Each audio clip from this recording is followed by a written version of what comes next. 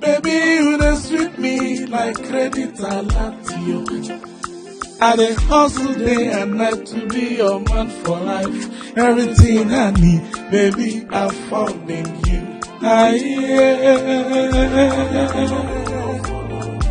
Ije muna love more. Go leave your tear before, tear be, every tear before. Yeah, oh, yeah. Gotta go for Nanya. These are just a chammy. Oh, we behave to now. Oh, I'm in love. Somebody asked me, go the love.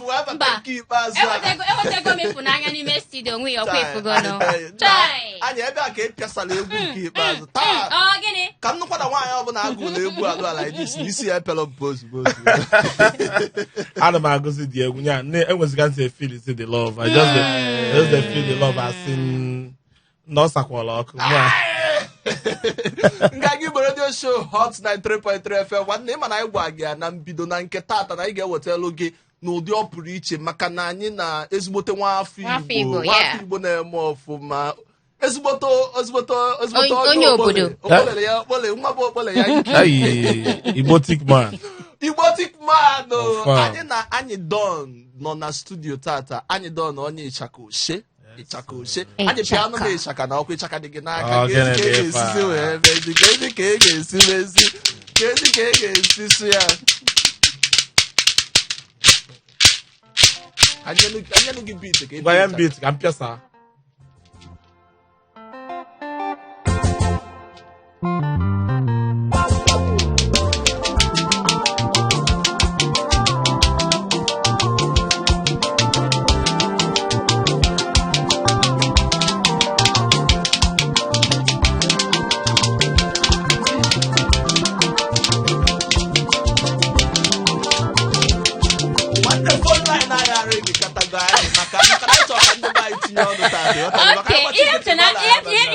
Anyị don chọrọ imewu na ọ ya eme egwu ka beat ahụ na-eje ọ na-eme egwu ọ na-etinye nganga na-etinye n'ọnọkwa n'ime nganga ọkwa ịghọta nke anyị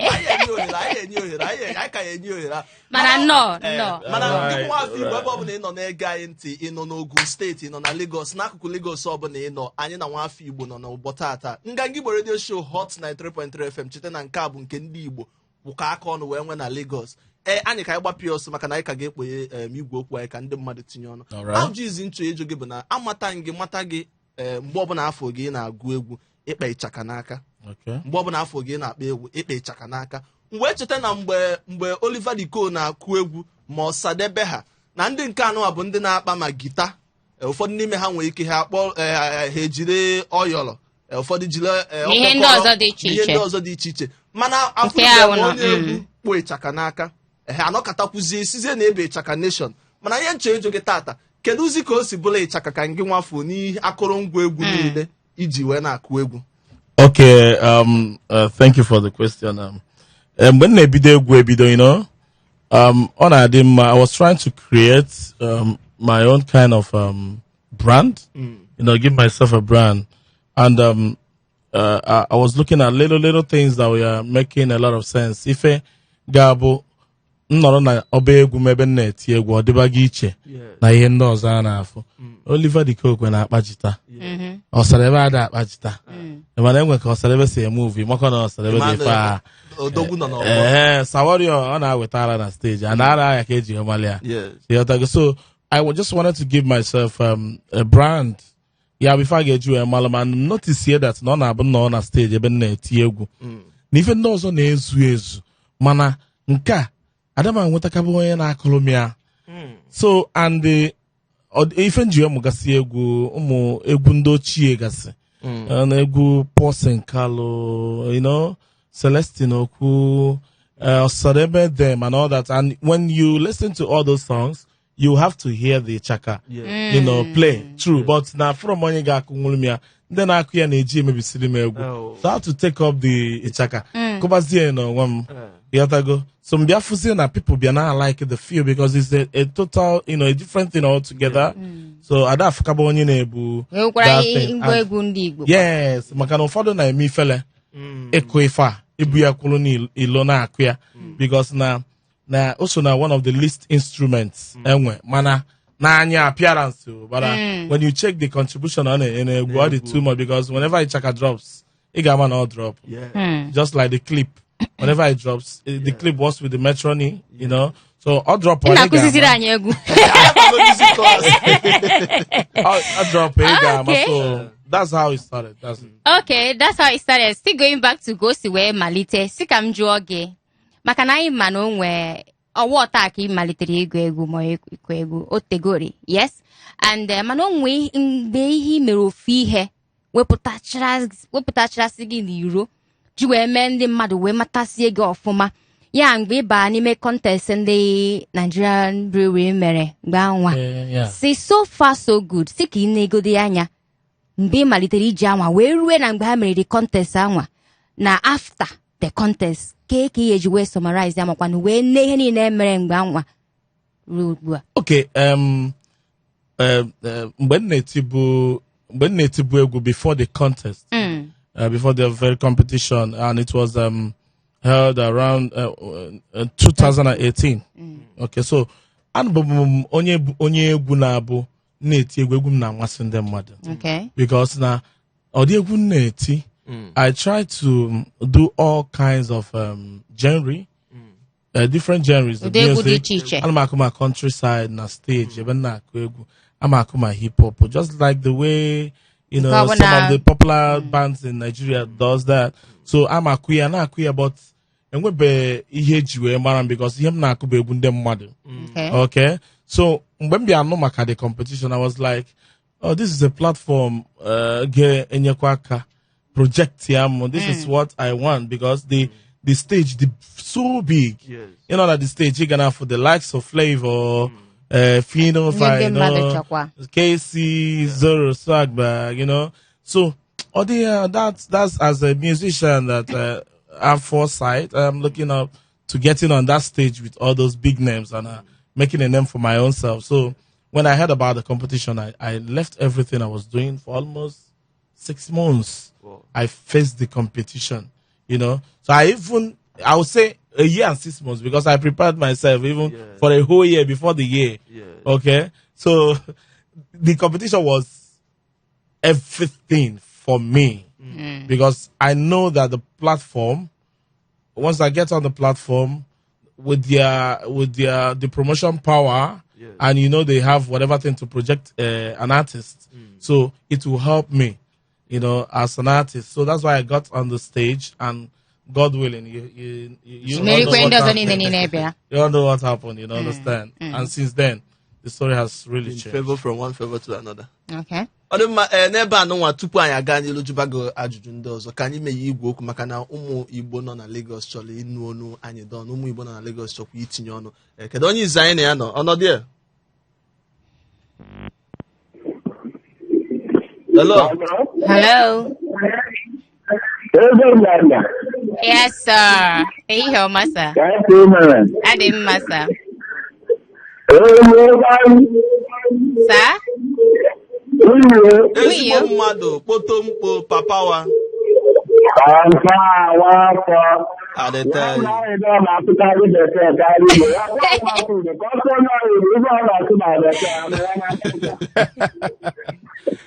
nye wutara gị too much onye wutara gị rinne o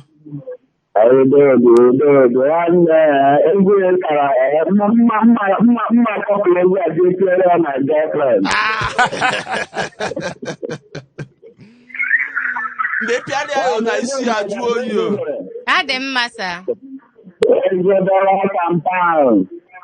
ị na-achọzi ịgụ ego bekee che ịgụ ego bekee ka anyị nye ohere ka egwu eche ka anyị nye ohere ka egwu ya now I'm blushing ewo Ebe mistake by jump ibuli wholesale. Biko daalụ sọ mana anyị na-ekwu maka anyị. Alanga. Ise ma gịkwa. Nọdụmma. Ngagi Radio Show Hot 93.3 FM. Number ga-eji wee nweta bụ 08182426591. Ma ọ bụ zitela yozi text message na 07080051850. Hello. Wi obodo. Kpochapịa iso kpoto mkpo. Eja Lagos. Ego bekee. Pounds and dollars. Elwena. Wee dịkwa pịa ịma na. Nwa aba. Nwa aba ọma. Nwa ya agbara ọsọ. Bata ị na-awa anyị ala dị a, ị na-azatụrụ anyị oyibo. Dede ndị aba. Ị na-atụrụzi anyị oyibo, tụọrọla anyị Igbo na esighị Igbo tiki na. Nwa nsogbu adịghị na ị ga-anụ n'Igbo na-agba ọsọ. Udo dị na. Chukwu ya agọzi gị na egwu gị ga na-aga n'ihu. Ọ ga-adịrị gị na mma n'ụtụtụ n'abalị n'ehihie. Ise. Wi obodo. Pom. Ịlọtala fada ọwụ na achịchala gị fada. Na ịkọkalilo ndị osu imi jos ụdọ ilu si bishọp na njọkali n'isi nwunye onye chi na mfada. Ama m ego bekee so ha adọ ya. O so wee de petition na mana onwere ọgụ. Ajụkwa m ajụ ọmụwa wụ chief priest ndị chụrụ achụ. Mụ a ga-afọtọkọ mmadụ very soon. Na nne daalụ Nọdụ mma.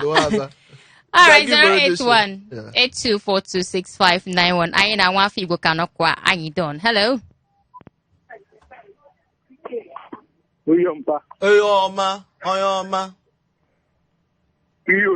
Onye obodo nna okpoto m. Ada bekee. Nwoke dị mma. Ka eke ime. Ọfụmanụ na. Anyị don. Nwa ka ewe. O si anyị don n'Afrịka. Ị na-achịsikwa ego ike ịma na ego oyibo abụrụ ya chọọ. I will tell you. Hello? Ọ na-anụ gị. Ị na-achịsikwa ego ike ịma na ego oyibo abụrụ ya chọọ. Nke a ọchị na onye nwere ama nke a na. Onwe ihe chọrọ ịjụ anyị don. Hello? Ị na-anụkwa ihe anyị na-ekwu? Hello? Okay. Netwọk gị. Ka gị goro nke ọrụ. Tupu anyị eburu okwu ọzọ. Onye akpa maka ọ dị ka akpala onye akịta nke ikpeazụ. Ngwanụ. Onye akpa.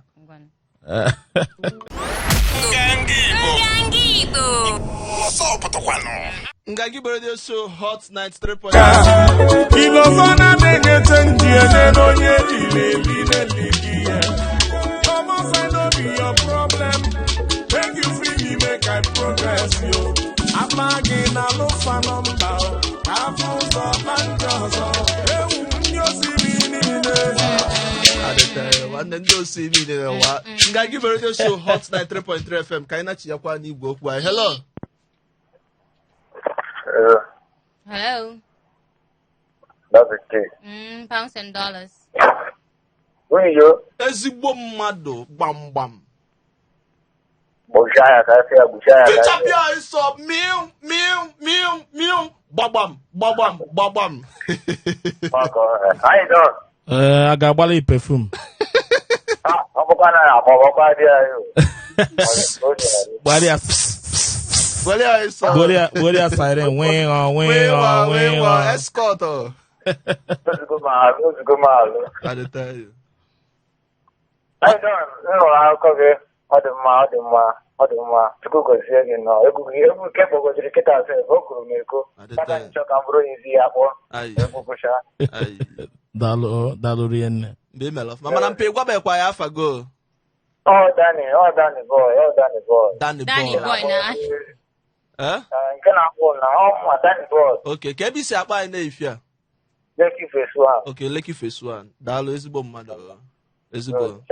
Chacha wọ isi nọdụ mma nna. Majụ anyị ama m nọ site na mentorship ka isi wee pụta na ndị gị na ha anọgo lụọ ọrụ tupu i wee pụtazie ka ịlụwa nke onwe gị ma jụọ gị kamgbe ị malitere onwego ndị gị nwa na-akwụgotakwa na mentọ makwanụ ka ehi na-eme iji wee fụ na nwekwa ndị ọzọ yọnga anyị ga na-apụta Okay, ịma akụkọ m nwega ka ọ dị.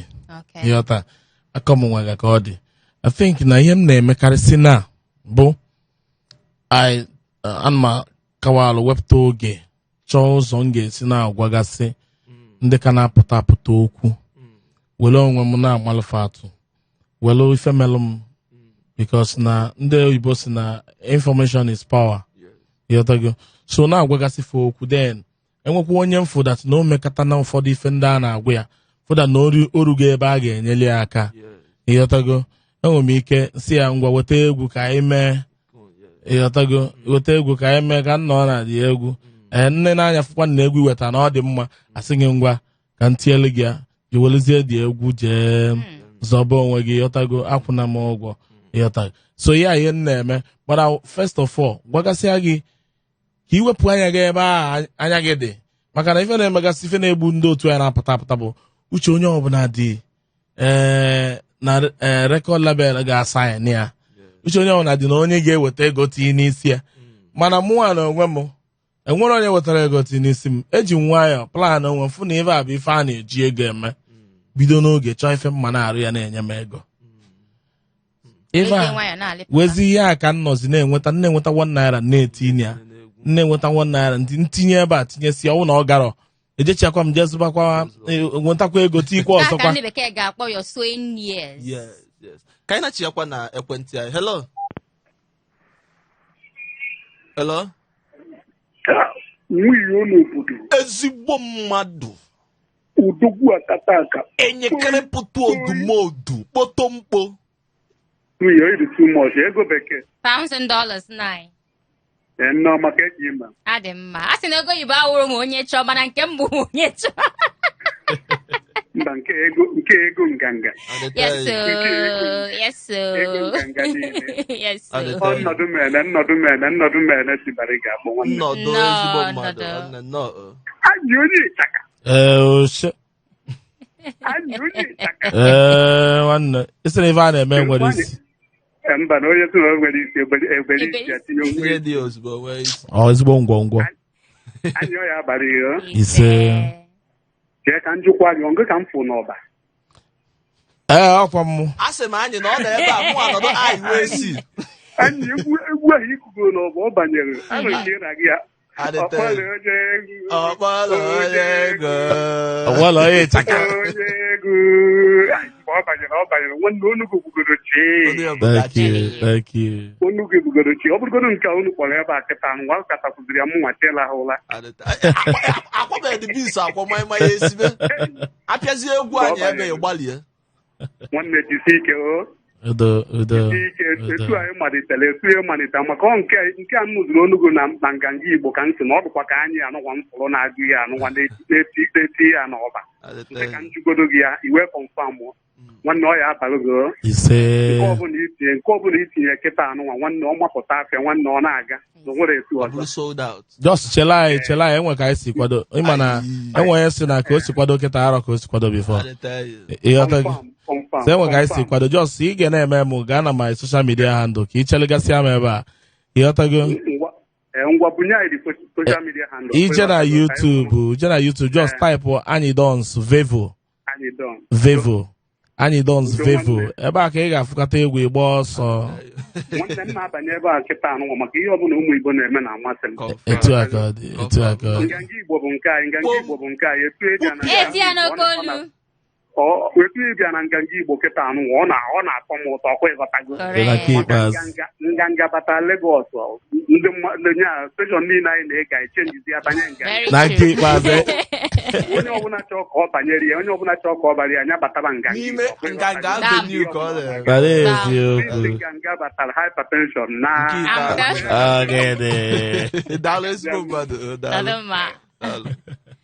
ọ ka ọkwa nganga Igbo na redio ọkwa ifugo ịchọ ka mmezi ihe ime na mgbe Johnson na-apịabagori na imi na-amazi anyị don na egwu lọv ya na-emezi m na-afụzi dọbụ onye ọ bụ na akwa ebe ise egwu erika tupu ị na-achọpụta ya anyị biko ka ihe ma iji malite iji asụsụ Igbo wee na-agụ egwu gị ọ iji wee kwado Igbo ka o nwere ihe ọzọ? Ihe a na-akpọ m bụ Igbo Tikman. Because na mgbe m bido a na-asị m egwu gị na-aga Igbo nsị yes na mụ abụgo na ezigbo Igbo Tikman. Abịakwa bịa chie m echichi eze ndị egwu highlife. Ebe a kwuru nụrụ ya first hand. Eze ndị egwu highlife South East na South na 2018. So ọ wee bụrụ that na mgbe ekpuel m okpu a that na m ga-eme ebe niile m nwere ike ime ka highlife music ka ọ gbagotakwa n'ụdị ọzọ, you understand, ka ebidokwa chiaba azụ maka ịmazi na until ọbịazi kalizie ịghọtago until ọbịa kalizie. So mezie m wee were onye bụ egwu wee sị na m ga-ejikwa ya after all egwu ndị anyị na-ege bụ enwe ndị nke anyị na-amasịrị ife a na-agụ na ya mana anyị na-agbakwa ya n'ala Igbo anyị. So ọ bụ na njisie ike tie ume m ndị Igbo kwado m na nke a ga na-agbakwa ya n'obodo fa. A kwadoro gị ọfụma na ndị obodo ọzọ na-agbazikwa egwu Igbo mana n'ihe a na-asụ ma ha na-asụ dịka egwu Igbo niile a na-agbazi ọfụma na ezigbote ka m nalị ya ise. oku. Okay, ka anyị bụrụ oku wee pịazie egwu nke hello. Ehihie ọma ndị nke m. Ehihie ọma nna anyị. Ekene dịrị unu. Daalụ ezigbo mmadụ. Nke taa dịka ọ dịrị iche. Anyị jụrụ eju tata bala abalị. Na mmemme na-eme. Ikpeazụ. Anyị don. Ka m gbuchere gị. Tao. Na. Ya gaziere gị nwanne m. Anyị na-afọ n'aka gị mana ihe m chọrọ ịjụ gị bụ Okay. Osote taa ruo ihe dịka afọ abụọ na-aga abịa maọbụ afọ ịtọ na-abịa ka ihe dị gị n'anya ka ị nwee ike ịnọpụta na-ahụ ya azụ ise na nke ị mere eme and ọzọ bụ nke ị mere eme nke ihe bụ ihe mkpapị ahụ dịka anyị asị gị na ihe a bụ ihe mere ị na-eche ma ọ bụrụ na ị ma na ịka ihe mee ịghọtara ebe m na-aga anyị asị gị na o nwere ihe egwu ikikere na-asị na ọ bụrụ na ya ma na akaghị iti ụdị egwu a ọ na egwu a bụ ihe mebiri ka na ọkasa a na-esi ọ na-aka bụ ihe karasa ya ahụ n'ihe egwu tiri bikọs tupu ị kpọrọ ebe agụmụnwa abaghị ebe ahụ na-afụgo mmenitis nọ n'ime anyị nwebego trafik ozugbo na YouTube ya. Daalụ nne nwoke ọma. Ihe na-egezi ntị ka ọ saa ya. Daalụ ezigbo mmadụ. Iji saa ife okwu enwerekwa ife mma agwa gị kịta na m ga-asị gị na nọ ife mmego sinsi m ji ebido na m ga-abụ nne anya nsị na ọ na mma na nke eme ya like this ife niile m na-eme na asala ọkụ. So nke bụ eziokwu na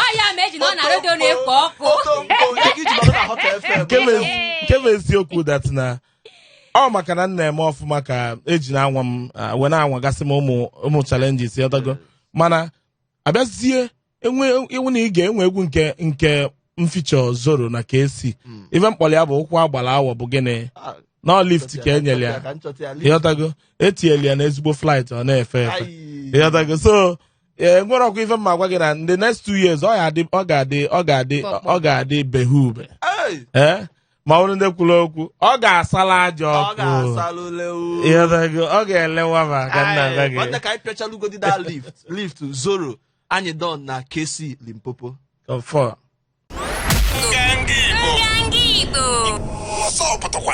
Mkparịga ebe anwa ọkwa ịghọta ya bụ egighị ifere chai ogene dị nekwa egwu na gwagodo anyị the inspiration behind egwu a ya ihe mere ihe gị ji si ka ịgụ egwu a. Okay, mgbe m bido mebe ọfụma na egwu mgbe m drọpụsị ise Ifeọma ga-emela anyị ise onwere ifene isi na ọ na-eme na ọ dị emene mgbe m drọpụsị egwu a wit ka esi so ọbịa dịka ndị mmadụ amatabalụ m so ụfọdụ ndị mụ na fa masị mụ na fa na-emebu ihe a na-eme girigirigirigiri na n'obere level fa bidozie ewu mama anya ọkụ that na nwa asalabagokwa ọkụ yọtago onye na-azabụ fa asa na ọba iwagokwo n'ife a na-eme so ebidozie na-achụzi m girigirigirigiri everywhere a na-ekwu nke anwa coronavirus bịa ọ dịkwasị ka Chineke o jide time wee mee m wee wepụta nke akpọrọ ego oyibo abụrụ ọkwa na onye chọrọ ọ ga-akpata ego mgbaje ka m confess ya now ya ka m jee ihu fada mana ọ bụkwa fada nke gị yo maka nke gị aso ọ bụghị ma nne ga-egwu a ọ dịcha m ka ọmụ a ka a na-agwa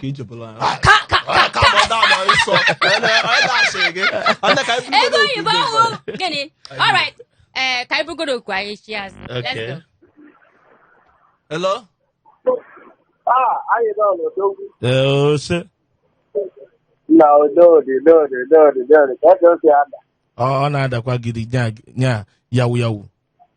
Na agbaghị esi atọ. Ka eke osi eme. Ịchaka na-ebe nwanne. Asị ka nke nụrụ n'ezi a. Daalụ nwoke dị mma. Nne gwabekwa ya afa go. Amakọ m na-eme ya. Gwa na anyị afa gị o nai.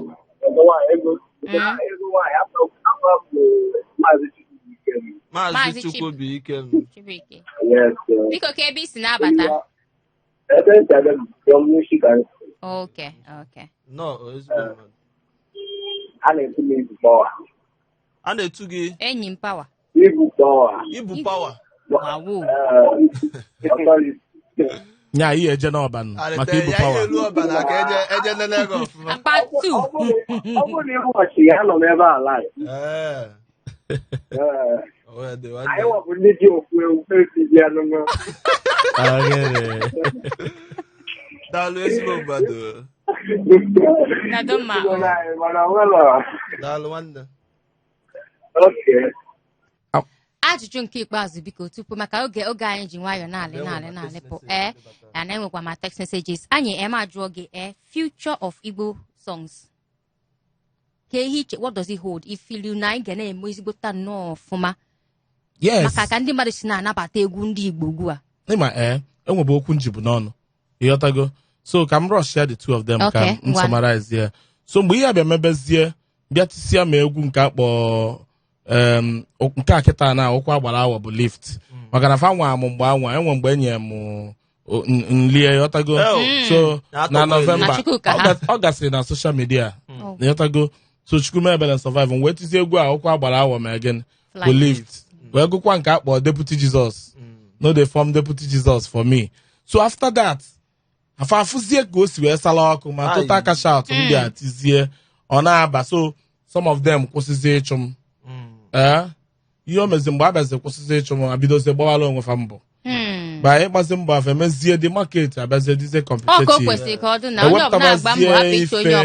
afụzie that na yes no instead of iwetu onye a ka anyị nye ụna ti aka chọba nke ya because na the river is very big to contain all the fishes, you know, even the air is big for the blessed to fly. By the market being competitive if I na-ewepụtasị ife ụwa na-achọ na maka na Igbo nwego onye Igbo bịa izu ọgụsị wee buli ife a so Igbo nwere ya so ife niile na-aga na ndị ọzọzọ nwere option yọtago ị ga-ịgbanye redio na-ebe ịgbanye TV ọ na-ebecha yọtago so the future of Igbo music I'm telling you that from 5 years from now which is just you looking at it I na-echiata azụ ebe Igbo music si wee pụọ because na ihe mere anyị ji wee pụọ bụ na anyị bịazi gbaba onwe anyị mgba instead of ịrụkọ ọrụ ọnụ of which na ndị na-achị achị na music entertainment industry na Nigeria na bụ unity na fa na-alụkọ ọnụ fa na-alụ collabo fa na-alụkọsi ọnụ na-emekọzi ife ọnụ mana Igbo kịta na-aghọtago onwe fa na nke ikpeazụ oche agaghị aza ndị ịkpa na asị na igwe bụ ike. Yes, sir. Okwu ikpeazụ onye nke a 1 minute. Hello nwaanyị ọma. Enyi ọma o. Enyi ọma nụ. Anyị done. Ose. Ịma na na-asị ndo this time around. Mana eziokwu na na-asị ndo. Onye ihe na-eme enwe isi otinye isi ya ka o wee nwee isi. Amakwanụ fata isi n'anya. Chukwu gọzie gị o. Daalụ nwaanyị ọma. Ọ ga-adịrị gị na mma. Ise. Chika Godwin na-ekwu esi Nkorodu na-akpọ. Why am I na YouTube mu? Anyị Don's favor.